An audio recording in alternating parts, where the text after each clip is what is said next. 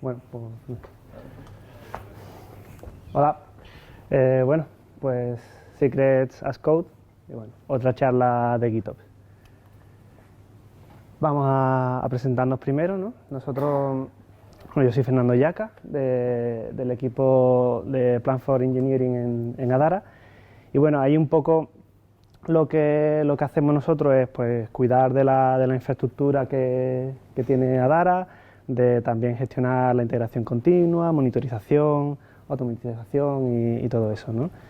Un poco tipo SRE, ¿no? Pero bueno, el equipo nos llamamos así, Platform Engineers, ¿no? Bueno, yo soy Carlos y bueno, también soy parte del equipo de Platform. Bueno, ya como Fernando ha dicho, nos encargamos de mantenimiento de los entornos, de hacer el setup de nuevos entornos, que ya os contaremos un poco más sobre ello, y bueno, todo lo que tiene que ver la plataforma sobre cuál se despliega el software de Adara. Y nada, bueno, muchas gracias por venir y vamos al lío. Bueno, por presentar y empezar a dar un poco de contexto, ¿no?, de lo que vamos a contar, hablamos un poquito de Adara y por qué viene todo lo que viene después, ¿no? Bueno, Adara somos una empresa que hacemos un producto de software para bancos, no necesariamente bancos, pero principalmente entidades financieras, para gestión de liquidez y tramitación de pagos internacionales. Para eso utilizamos como tecnología subyacente blockchain, concretamente Ethereum. Entonces, bueno, pues dada un poco la naturaleza de nuestra empresa y de las tecnologías con las que trabajamos, pues se nos dan ciertas casuísticas, ¿no? Como trabajamos con una tecnología que, bueno, es relativamente joven o bastante joven, pues necesitamos muchos entornos y por varios motivos. Uno de ellos es tener que hacer pruebas de concepto de todo esto. Ya sale una nueva pieza por ahí, un nuevo componente, hay que probarlo, a ver qué tal. Pues para hacer pruebas de concepto así que vayan un poco más allá de tu máquina, pues hay que tener un entornillo para eso, ¿no? O varios. Además también dentro de Adara pues hay varias líneas de trabajo en paralelo, varios subproductos, pero incluso por cada producto pues a lo mejor hay varias funcionalidades que se están desarrollando en paralelo, ¿no? Y esto es un poco lo que nosotros llamamos Phoenix Environments, que son entornos que los desarrolladores pueden crear bajo demanda para hacer también pruebas de integración y también para hacer showcasing con productos y demás sobre las nuevas funcionalidades antes de que eso pase al mainland, ¿no? Típicamente mergear en master. Otra de las razones es pues hacer demos con clientes, con potenciales clientes o demos internas. Pues también hace falta otros entornos que no se pueden compartir con los anteriores ni mucho menos, porque bueno, tienen que ser un poco más estables para dejar una demo lista para enseñar un poco un producto, una nueva funcionalidad beta o lo que sea. Los típicos entornos ya de desarrollo, testing y QA y bueno, por supuesto pues producción, ¿no? Entonces pues tenemos aquí muchos entornos y teníamos que gestionar un poco todo eso. Y vale, aquí viene un poco de lo que teníamos antes de contar todo lo que venimos a contar, ¿vale? Teníamos nuestra pieza para provisionar infraestructura es Terraform y pues más o menos tenemos el flujo normal de lo que se puede ver por ahí, nuestro repositorio de Git con el código de Terraform, nuestra herramienta de integración continua que es CircleCI y bueno, pues eso despliega en Amazon. Veréis la carita no muy feliz ahí sobre CircleCI y no es porque CircleCI no nos guste, que sí, que nos gusta. Está ahí porque todas nuestras credenciales de Amazon están en una pieza que no es nuestra y que no podemos gestionar nosotros y tampoco, aunque te aseguran ciertas cosas, los secretos los tienen ellos, ¿vale? Entonces queríamos cambiar un poco esto porque no nos terminaba de gustar 100%. Y por otro lado, como herramienta donde ejecutamos todas nuestras aplicaciones, pues usamos Kubernetes. Y el flujo que usamos para desplegar las aplicaciones en Kubernetes pues es nuestro repo de Git. Usamos Flux, que es una pieza que explicaremos un poco más en detalle un poco adelante, que básicamente lo que hace es agarrar lo que está en el repo y te lo despliega contra la API de Kubernetes, ¿vale? No mucho más.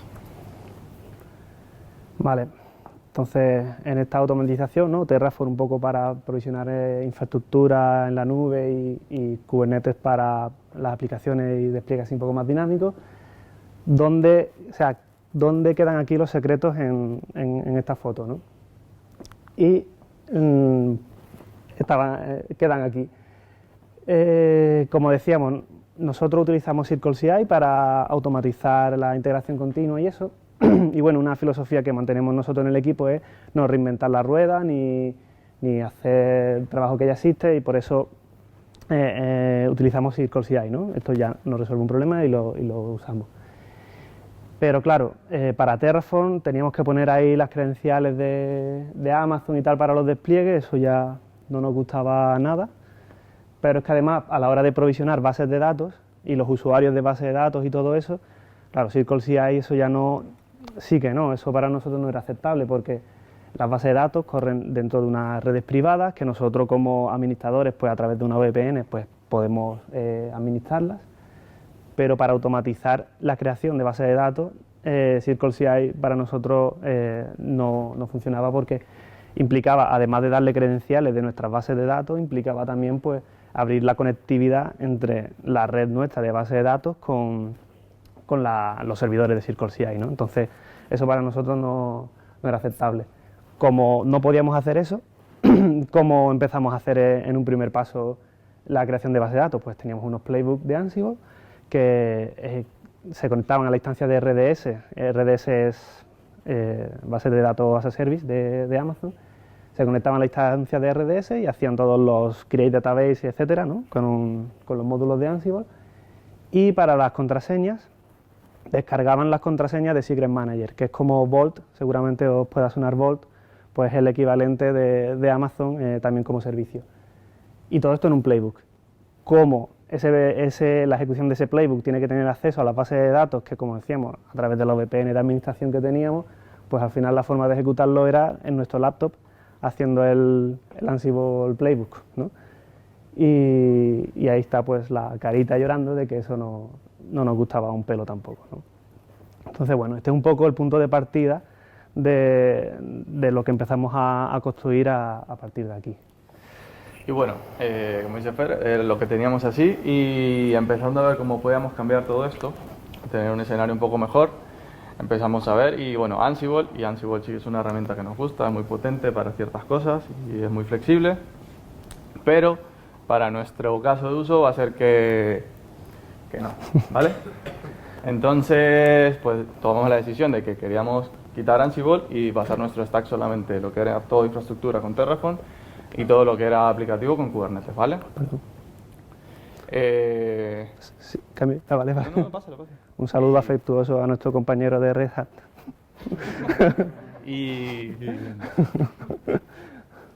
Y bueno, decidimos eso, que nuestro stack iba a estar basado en esas dos piezas, ¿vale? Y entonces empezamos a idear toda esta idea en base a que esos eran los focos principales y bueno, ya seguiremos contando un poco más. Vale, pues esto es una de las primeras cosas que empezamos a hacer, ¿no? Teníamos, como decía, unos playbooks que automatizaban la creación de la base de datos y el usuario para esa base de datos, y se descargaba la contraseña de Secret Manager para setearle la contraseña, ¿no? Bueno, pues lo que hicimos fue migrar eso a un módulo de Terraform que nos hicimos, y estas son las variables que recibía como input ese módulo de Terraform. Por cierto, Terraform y Kubernetes, ¿cuántos de vosotros de aquí trabajáis con Terraform? ¿Vale? ¿Y con Kubernetes? Bueno, porque vamos a hablar bastante de las dos tecnologías y un poco por saber, ¿no? Vale, pues Terraform es automatización de infraestructura. Tú especificas como código la infraestructura que quieres generar, ¿no? De forma declarativa, y está el framework de Terraform que lo implementa, ¿no? Que hace que eso sea realidad. Bueno, pues estas eran las variables que teníamos nosotros para crear las bases de datos. De aquí, pues bueno, de estas dos variables, lo que sacábamos son el input para el provider de PostgreSQL, en este caso, para crear la base de datos, y el usuario. Y de esta variable lo que obtenemos es la ruta en Secret Manager, que es, como ya digo, Vault, ¿no? Un almacén de secretos, en la cual se va a descargar la contraseña para ponerle esa contraseña al usuario. De esta manera, haciendo esto, Terraform va a crear una base de datos y va a generar una contraseña aleatoria y la va a guardar en Secret Manager en esa ruta que hemos puesto ahí, de forma que nosotros nunca creamos una contraseña a mano ni la ponemos en ningún sitio, sino que se genera automáticamente, se guarda en Secret Manager y el usuario de base de datos se crea con esa contraseña.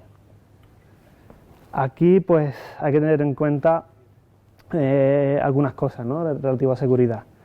El estado de Terraform, cuando Terraform mantiene una especie de copia de todo lo que ha ido creando, ¿no?, para reconciliar el estado con la realidad, ¿no?, con la infraestructura real que se está generando. Bueno, pues el estado de Terraform de por sí es algo muy sensible que hay que proteger muy bien, ¿no?, que tienes que encriptar y demás, pero ahora además hay que tener en cuenta que estamos metiendo ahí contraseñas de base de datos. Aunque Terraform guarde la contraseña en Secret Manager, él en su copia del estado también está ahí la contraseña, ¿no? Entonces eso significa que si antes hacíamos Terraform Apply y demás en nuestras máquinas, eso ya no lo puede hacer todo el mundo porque en el estado está esa información y la podría obtener, ¿no? Y lo segundo es también que hay que tener en cuenta cuál es la fuente única de verdad, porque estás creando la contraseña, se la estás poniendo al usuario y además está en el estado de Terraform, ¿no? Pues eso es otra cosa que no queda muy claro, cuál es tu fuente única de verdad en caso de que haya alguna inconsistencia aquí, pues cómo resolverla, ¿no? Y bueno, hablando un poco de esas consideraciones de seguridad, pues viene un poco a colación lo siguiente, lo de GitOps. GitOps, seguramente habréis escuchado mucho, ¿no? Pues utilizar Git como una orquestación de operaciones, pero creo que muchas veces se confunde con el siguiente término, que es CI, Continuous Integration Ops, que bueno, consiste básicamente un poco en la foto que teníamos inicial, si recordáis, un repositorio de Git con un webhook, llama al servidor de integración continua, y ese servidor de integración continua tiene acceso a toda tu infra, a todas tus cosas, y ejecuta las acciones en tu infraestructura, ¿no? Pues eso es lo que hemos puesto aquí un poco medio en broma, CI-Ops, que es algo de lo que queremos huir. GitOps realmente no es eso. GitOps es más bien, si utilizas Git como una forma de declarar infraestructura y de forma declarativa también hacer operaciones, ¿no? Porque un cambio en ese código implica una operación que se va a ejecutar, aunque sea de forma automática. Pero sobre todo una cosa muy importante de GitOps es que no tienes esa figura de un servidor de integración continua que hace un poco de ojo de Sauron o de Dios que ve todo, sino que tienes como demonios en tu infraestructura que sincronicen la configuración con el repositorio de Git y aplican esa configuración dentro de tu infraestructura. En este caso, pues no tendríamos Circle CI, no pasaríamos por Circle CI. Bueno, pues la primera pieza un poco de este stack que montamos es Atlantis. Atlantis es un demonio, como digo, corre dentro de nuestra infraestructura, no es un servicio que consumimos, es algo que nosotros tenemos que instalar en nuestra cuenta de Amazon, y eso es lo que va haciendo cuando hay una nueva pull request en el repositorio de código de Terraform. El webhook notifica a Atlantis, pero lo único que hace es notificar de que hay una nueva pull request. Atlantis se descarga el código del repositorio de Git, y es Atlantis dentro de nuestra infra el que tiene credenciales de todos los recursos que necesitemos y empieza a ejecutar esos cambios. Cuando hay un cambio en el código de Terraform, pues te muestra un plan, que es como una especie de dry run de lo que va a hacer. Eso te lo saca en el comentario de la pull request, ¿vale? Exacto. Y entonces, la persona que tenga que revisar la pull request, pues revisa los cambios en el código de Terraform, revisa el output del plan, ¿vale? Esto me parece correcto, y entonces aprueba los cambios. Una vez que están aprobados los cambios, se puede, a través de un comentario Atlantis Apply, disparar la ejecución de eso. Eso igualmente habrá un webhook a partir del comentario en la pull request que avisará a Atlantis, que ha dicho hay que hacer apply. Pues Atlantis va a hacer internamente el Terraform Apply y va a ejecutar ya de verdad los cambios que mostraba en ese dry run. Y la otra herramienta, que ya lo visteis en la diapositiva anterior, es Flux, ¿vale? Esto también es un demonio que corre dentro de tu infraestructura, en este caso dentro de Kubernetes, y funciona básicamente un poco parecido, ¿vale? tú a Flux le configuras un repo al que tiene que ir a mirar y un tiempo en el cual va a ir a mirar, ¿vale? Él simplemente lo que hace es ir al repo de Git, descargarte lo que hay, todo lo que sean manifest de Kubernetes, los va a agarrar tal como están y los va a aplicar contra la API de Kubernetes, ¿vale? Si hay un fallo, pues te lo muestran en los logs. Y si no, pues bueno, lo que haces es eso, aplicarte manifest de Kubernetes tal cual. Aparte de eso, pues, hay mucha gente, como nosotros también, que despliega muchas cosas en Kubernetes a través de charts de Helm, ¿vale? Con Flux. También viene otra pieza que se llama un Helm Operator. Si habéis trabajado con Kubernetes sabréis lo que es un operador, ¿vale? Es un simple un Custom Resource Definition con la versión del chart que quieres desplegar, el chart que quieres desplegar y las variables para desplegar ese chart, ¿vale? Ese Custom Resource Definition lo defines en tu repo de Git, Flux se lo trae, lo aplica y a través del operador, pues más de lo mismo, lo aplica contra la API de Kubernetes y ya correr, ¿vale? Y entonces, esta es la manera que tenemos también de automatizar lo que es todo el aplicativo, ¿vale? En el repo tenemos nuestras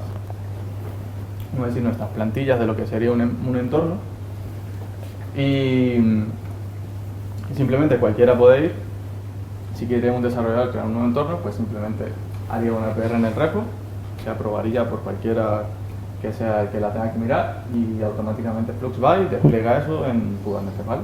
Si recordáis un poco la decisión que decidimos tomar de bueno, quitar un poco lo que había de Ansible y ir todo lo que fuera infraestructura estática, provisionarla con Terraform y todo lo que fuera aplicativo con Kubernetes, pues Atlantis automatiza la parte de Terraform y Flux automatiza la parte de Kubernetes, ¿no?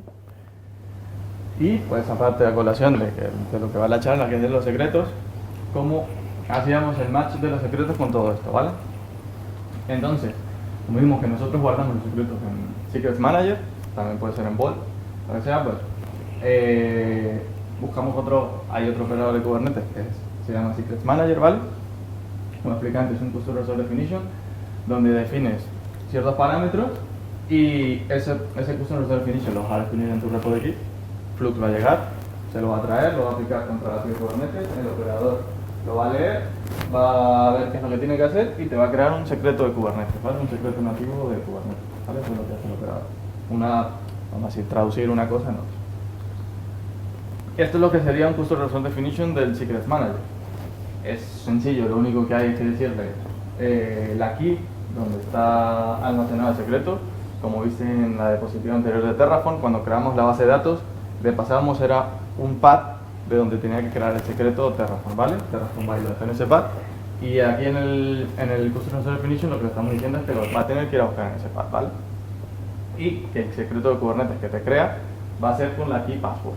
Entonces básicamente va a crear un secreto que es password igual a lo que contenga ese secreto, ¿vale?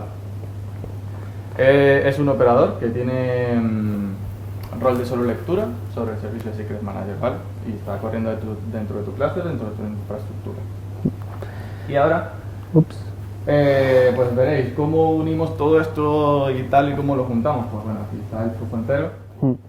Sí, entonces, bueno, la primera parte, esto un poco, como decía Carlos, como unen las piezas, ¿no? Y aquí yo creo que es donde cobra un poco sentido lo que hemos contado. Si os fijáis aquí, bueno, esto es un recorte de esa transparencia donde se veía el trocito de código de Terraform, ¿no? Bueno, pues esta primera parte del proceso, alguien necesita una nueva base de datos, se viene al repo de Terraform, abre una pull request en este archivo, añadiendo uno más en esa lista de base de datos, indicando el nombre de base de datos, usuario y el path donde quiere que genere la contraseña. Terraform, o sea, tú haces la pull request, se revisa, se acepta y entonces se ejecuta lo de Atlantis Apply. Bueno, pues ahí Atlantis aplica los cambios y eso implica dos cosas. Por un lado, va a crear un valor aleatorio para la contraseña y lo va a guardar en Secrets Manager y luego con ese valor aleatorio que ha generado va a crear una base de datos en RDS y un usuario y le va a poner esa contraseña al usuario. ¿Vale? Por lo consiguiente, pues lo mismo, ¿vale? Irías al otro repo, definirías tu Custom Resource Definition, donde supuestamente tienes tu secreto, más el chart de tu aplicación o el deployment de tu aplicación, ¿vale? hace la PR, se mira, se acepta, Flux va, se la trae, la aplica contra la API de Kubernetes. Por un lado, el operador de secretos va y lee el secreto y te crea el secreto de Kubernetes, y por otro lado, pues nuestra aplicación, o la aplicación en sí, está preparada para leer esos secretos del secreto nativo de Kubernetes, ¿vale? Ya la aplicación va a leer su secreto y se conecta a la base de datos de RDS, ¿vale? Si veis en todo este flujo,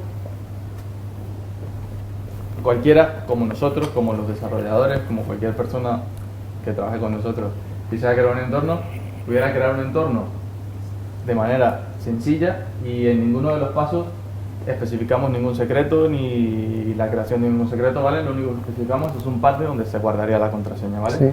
Y todo esto solamente usando aquí, ¿vale? Los desarrolladores en sí no saben ni qué es lo que hay por debajo ni tal, pero ellos saben que haciendo dos pull requests en dos repos diferentes pueden tener un entorno totalmente funcional para cumplir sus necesidades, para que lo entiendan. Y en todo este proceso pues hemos creado una base de datos con una contraseña, hemos desplegado una aplicación que utiliza esa base de datos con esa contraseña, y en nuestra configuración no hay ningún rastro de esa contraseña, y como decía Carlos, todo esto es sin nosotros, tanto desarrolladores como nosotros que somos sysadmin, sin tocar para nada esas contraseñas. Todo sucede pues bueno, automáticamente, que es un poco las conclusiones. Bueno, también antes de aquí, una cosa que nos gusta también un poco de este stack es que aquí nosotros no hemos inventado absolutamente nada. Aquí de código no hemos tirado casi ninguna línea. Lo que hemos utilizado simplemente piezas que existen ahí, que son open source, que cualquiera, pues, si quiere montarse este stack, pues, es montar el puzzle y ni siquiera es muy complejo, simplemente poner todo esto un poco en danza. Ya estamos acabando, si quiere ahora nos pregunta. Entonces, bueno, pues la conclusión, pues, sobre todo lo que ha comentado Carlos, que ahora mismo hacemos despliegue sin tener que tocar para nada las credenciales, con lo cual es todo mucho más sencillo, y además también se consigue democratizar un poco los despliegues de infraestructura, porque ahora los desarrolladores existe un flujo de aprobación de pull requests, y simplemente haciendo las pull requests a esos repos, ellos van generando la infraestructura mientras se pasen los checks que tengamos puestos en la pull request. Se hacen los despliegues sin tener que ir pidiendo nada al equipo de plataforma, porque no hace falta. Y lo mismo para eso, para el despliegue de aplicaciones.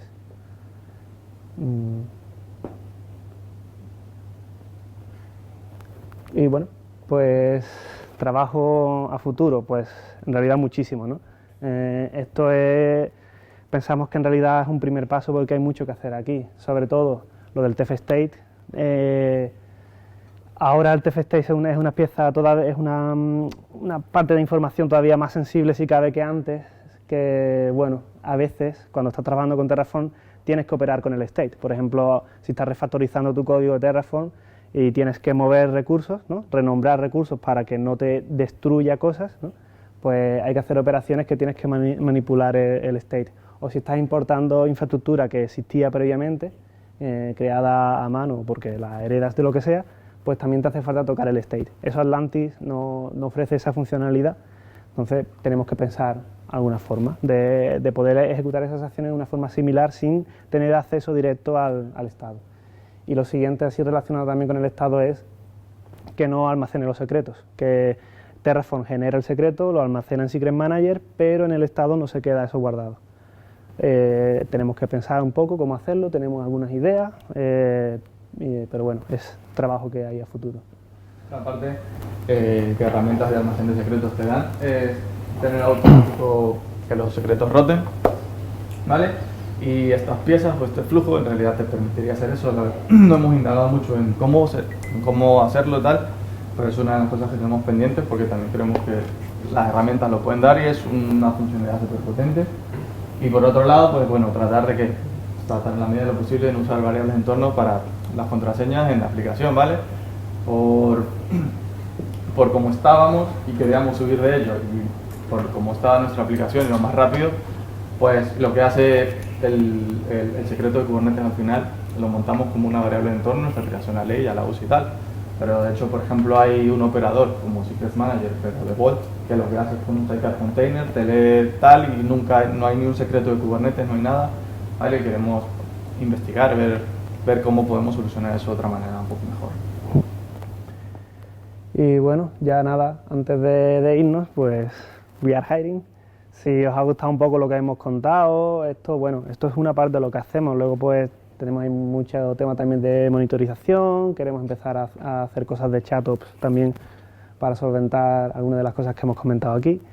Y automatización, interacción continua, hay muchas cosas que, bueno, que sinceramente creo que son bastante interesantes de lo que hacemos.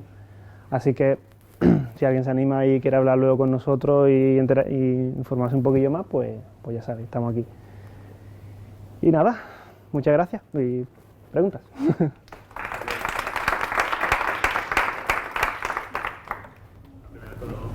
Muchas gracias y enhorabuena por el trabajo que estáis haciendo. Y segundo pregunta, he visto en la slide completa de todo el diagrama completo que por un lado, digamos, hace git commit git push de una base de datos nueva, genial, pero luego el secreto, el external secret que tienes que inyectar a Kubernetes iría también en otro repositorio o en el mismo repositorio. Esa es la primera pregunta. Y segundo, estaría guay que lo hiciera automáticamente, o existe algún tema de compliance porque tiene que estar separado, no sé, una pregunta. No, realmente nosotros que tenemos un repositorio donde tenemos lo que es infraestructura con Terraform y otro repo que es infraestructura o despliegues en Kubernetes. Entonces, por un lado tú creas la base de datos y una vez que tienes la base de datos haces la pull request al otro repo para desplegar tu aplicación que utiliza esa base de datos. Pero sí, ¿podríamos hacerlo en un único paso? Podríamos. Hasta este momento tampoco nos ha parecido una necesidad ahí como muy crucial, ¿no? De que tú despliegas este secrets, external secret y que eso también te cree la base de datos. Podríamos hacer a lo mejor un operador también en Kubernetes que reconozca este tipo de elementos y haga eso. Un provider en Terraform, sí. Que como output del módulo coja ese. Sí, no sé.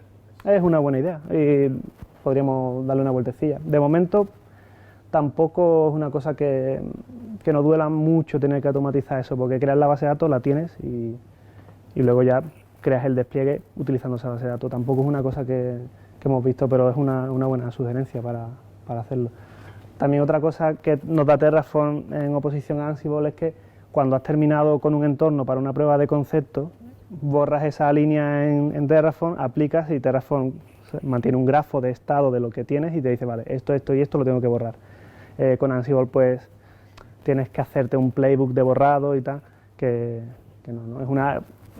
también algo de las cosas que nos gusta un poco de gestionar esto con Terraform.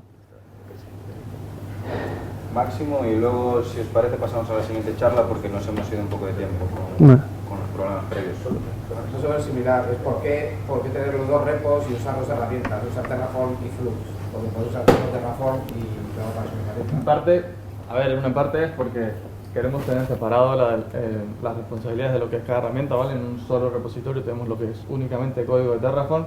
Es cierto que también es cierto que también podríamos tener los manifests y usar el provider de Kubernetes de Terraform ahí, tenerlo todo, pero nos parece más natural tener eso en un repositorio donde solamente llames de Kubernetes que ves ahí, que también los podrías tener al otro lado, pero para nosotros creemos que es un poco más natural llevarlo de esta manera, pero que sí que también se podría tener un solo repo y poder tener el flujo sin ningún problema. Sí, lo vemos que son dos mundos. Por un lado es la infraestructura subyacente, que es la que provisionas con Terraform, y luego lo que es infraestructura más dinámica, por así decirlo, ¿no? que es la de aplicativa que va en el clúster. Sí. Sí, tendrás que ir a los dos repos a hacer la pull request necesaria para borrar el entorno. Si estuvieras en Terraform, pues tendrías que también un poco borrar las dos cosas. Por otro lado, una de las cosas que nos gusta de Flux es que todo lo que contiene son manifiestos de Kubernetes. Entonces, no dependemos necesariamente de tener Terraform para aplicar esos manifiestos, ¿no? Hay otras herramientas como Flux, que son Argo, creo que Ángel la usa. Entonces, si quisiéramos utilizar una herramienta de este tipo, pues creo que la migración sería mucho más sencilla. Y aparte, bueno, manifiestos de Kubernetes, incluyendo Helm charts y demás, pues no sé si diría que es un estándar de facto, pero es la forma un poco más establecida un poco de hacer estos despliegues. También por otro lado, todo lo que tenemos en ese repo de Terraform, por así decirlo, también son otras cosas que van un poco más allá de lo que sería crear un entorno, ¿vale? En ese repo viven otras cosas de Amazon que creamos, VPC, Security Groups y demás, que no tienen nada que ver para los desarrolladores de lo que sería tal, y lo mismo en el otro repo. Y es como separar lo que hace cada uno, y por eso decidimos que separarlo. De todas formas, tampoco parece una mala sugerencia. Yo creo que es un poco tomar la decisión. Al final evitas typos de la gente. O sea, creas una base de datos por un lado, creas el secreto por otro, y una mayúscula, una minúscula, cambios de entornos. Sí, pero cuando... Al final, también sí, lo evitas, y de hecho nosotros pues lo cometemos, ¿vale? Como si quisieras hacer uno solo, te va a pasar. Nosotros tenemos que soportar, y eso sí que es por contrato, múltiples clouds. Entonces, eso también. Los repositorios de Terraform van a estar en de Azure, porque nuestras redes de blockchain tienen que estar en múltiples clouds a la vez. Sin embargo, el aplicativo es el mismo. Entonces, no te interesa tener eso. Ahora mismo nosotros estamos en la fase temprana de la empresa y solo tocamos Amazon por no perder más tiempo. Pero antes de 3 meses vamos a estar en tres nubes: Google, Amazon y Azure. En ese momento eso tiene sentido. Eso es. O sea, es decir, realmente esto tiene un poco de... Pero efectivamente deberíamos haber empezado probablemente más sencillos, pero es que ya estamos naciendo de 3 meses para tener un producto. Entonces ya es como que vamos un poco ahí. Bueno, muchas gracias. Pasamos con las siguientes. Muy bien.